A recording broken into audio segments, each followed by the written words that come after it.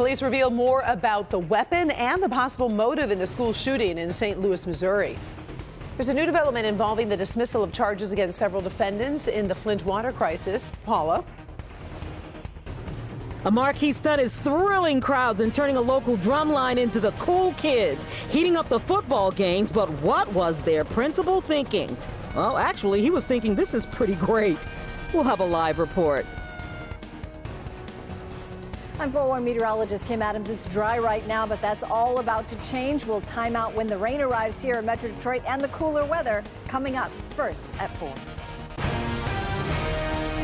Live from downtown Detroit, Local 4 News First at 4 starts now. First at 4, big development in the Flint water crisis. A prosecution team is appealing a judge's order dismissing felony charges against a group of former government officials. Now, earlier this month, a judge wiped out the charges for 7 people, including the former director of the Department of Health and Human Services. The judge ruled the indictments were invalid because of a procedural error, while the prosecution team says there is still a path to pursue charges. Well, the jury has begun deliberating in the case of 3 men charged with helping in the plot to kidnap Governor Whitmer. In closing arguments this morning, prosecutors say Joe Morrison, Pete Musico, and Paul Bellar provided land, training, and inspiration for domestic training. Defense attorneys argue the 3 men broke away from the true masterminds of the plot long before the FBI broke up that scheme. We'll let you know as soon as the jury reaches a verdict.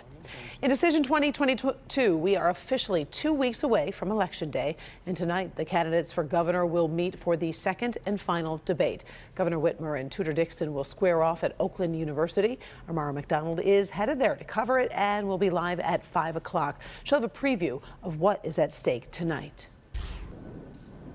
Time now for our first look at the forecast. Time to toss it over to Kim. I'll tell you, Kim, I took the top off the Jeep this afternoon, was driving around, soaking up that sun because I know it's going to change. Yeah, how hard is it to put that top back on? It's easy. It's the one with the button. Oh, okay, because my son's is not. Yeah, no, that's hard. Just want to make sure you can put it back on because we're dry right now, but that is going to change. We've got some showers just out to our west. You can see over in Kalamazoo, Grand Rapids, they're getting some rain, even some heavy rain just to the west of Kalamazoo. And we expect the rain to arrive here sometime before midnight, but just light rain. The heaviest rain will be overnight tonight, and it could be quite heavy at times.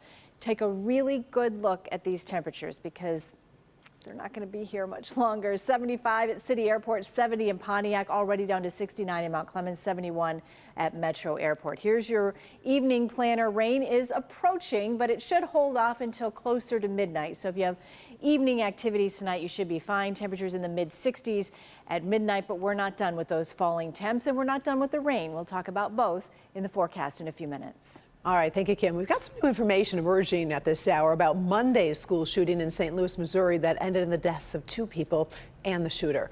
We're getting more clarity about the possible motive and just how much more harm could have been done. Kimberly Gill working this story from our newsroom with the very latest. Kim? Karen, this senseless act took the lives of a 61-year-old teacher who was looking forward to retirement and a 15-year-old girl who was a member of the JV dance team. Today, police gave new information that makes it clear there could have been even more victims at Central Visual and Performing Arts High School.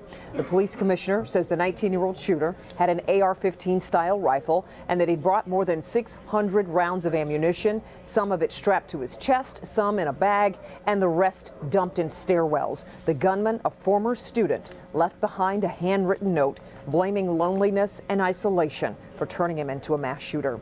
7 injured students, all 15 or 16 years of age, are listed in stable condition. 4 of them were shot or grazed, 2 had bruises, and 1 of them broke their ankle jumping out of the 3-story building. According to the commissioner, police learned about the threat at 9:11 a.m., arrived within 4 minutes, and entered the school without hesitation. Put the car in park, they drew a weapon, they went into the building. There was no sidewalk conference, there was no discussion, there was no, hey, where are you gonna, they just went right in.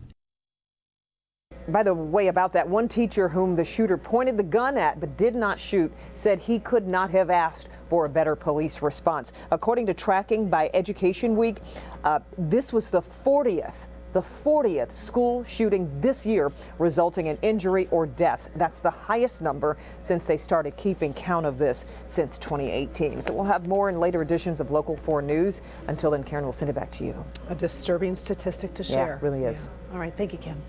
First at 4, we are on top of stories making headlines around the world on your Tuesday. Brittany Griner's appeal of her prison sentence has been rejected by a Russian court.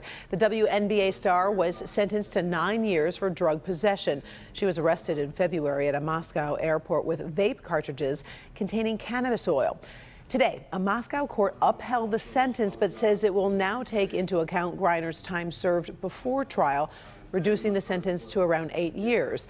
The U.S. State Department says a prisoner swap remains very much on the table in their efforts to free Griner. And Novi's Paul Whelan. President Biden got his updated COVID booster shot this afternoon. Biden appeared at the White House with doctors and executives from major drugstore chains, which are renewing their efforts to help people get the reformulated vaccine dose targeting the BA4 and BA5 variants. Nearly 1 in 5 older adults has gotten the updated booster shot. Well, things can get pretty heated on a football field, but this time it had nothing to do with the actual game. A drumline corps has been making an effort to change perceptions about the kids in the band, and the stunt they pulled off is really turning heads. Paula Tutman joins us from Clinton Township, the home of the Big Reds. And Paula, the band director is cautioning, do not try this at home. Absolutely. So first of all, I want you to know this is the middle school on the field right now. They're playing in their last game. What we're talking about is what happened last Friday with the team going to the districts, but it was that band, that drum line that stole the show. Of course, the principal had some trepidation when his kids came to him and said, yeah, we want to set our drumsticks on fire. But when he saw the safety measures, he was just like, you know what? Let there be fire. Friday night lights like no other in Clinton Township. It was the usual excitement of a Friday night football game. The Chippewa Valley High School Big Reds are off the field, and the drumline takes center stage. But no one goes to get popcorn. A fire alarm siren sounds, and things only heat up from there. A stunt, flaming drumsticks, and the crowd goes wild. And the cheerleaders are right to the side of them, and they're cheering, and they're right by the Rowdy Red Zone student section, and they're going crazy. And people are just gathered by the fence as close as they can be with their phones and video, and it was exciting. 11 percussionists, most of them seniors, are also having one heck of a season. It was really weird and stuff having like people actually, like enjoy drumline and band and stuff like that, because typically it's just, something we're there to fill just silence. We basically built the band, I would say. Like, we're what made everyone love it. This year they decided to up the ante and not just be filler to entertain a void.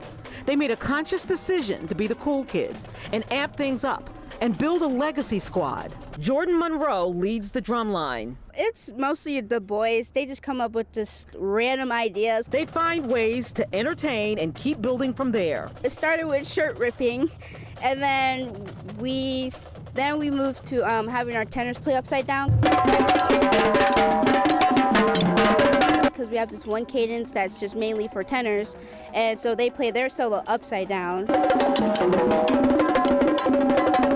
Students, sometimes parents will, during halftime, they'll get up and go use the restroom, and now we actually have students that are sticking around just to see the drumline play. For this new marquee stunt, safety first. First, we put a layer of protective over the drum heads, and that was obviously with the increasing heat, we didn't want them to melt. The drums are coated with fire-retardant paint. The drummers wear special heat-resistant gloves and work through a safety protocol before the first drumstick is lit. We actually used tiki torch fluid, lighter fluid, to keep them lit the whole time. More than half the members of this year's drumline are seniors. They will pass the baton to the next group who want to be the cool kids, the ones who really heat things up, the ones who bring it to the games, the ones who steal the show.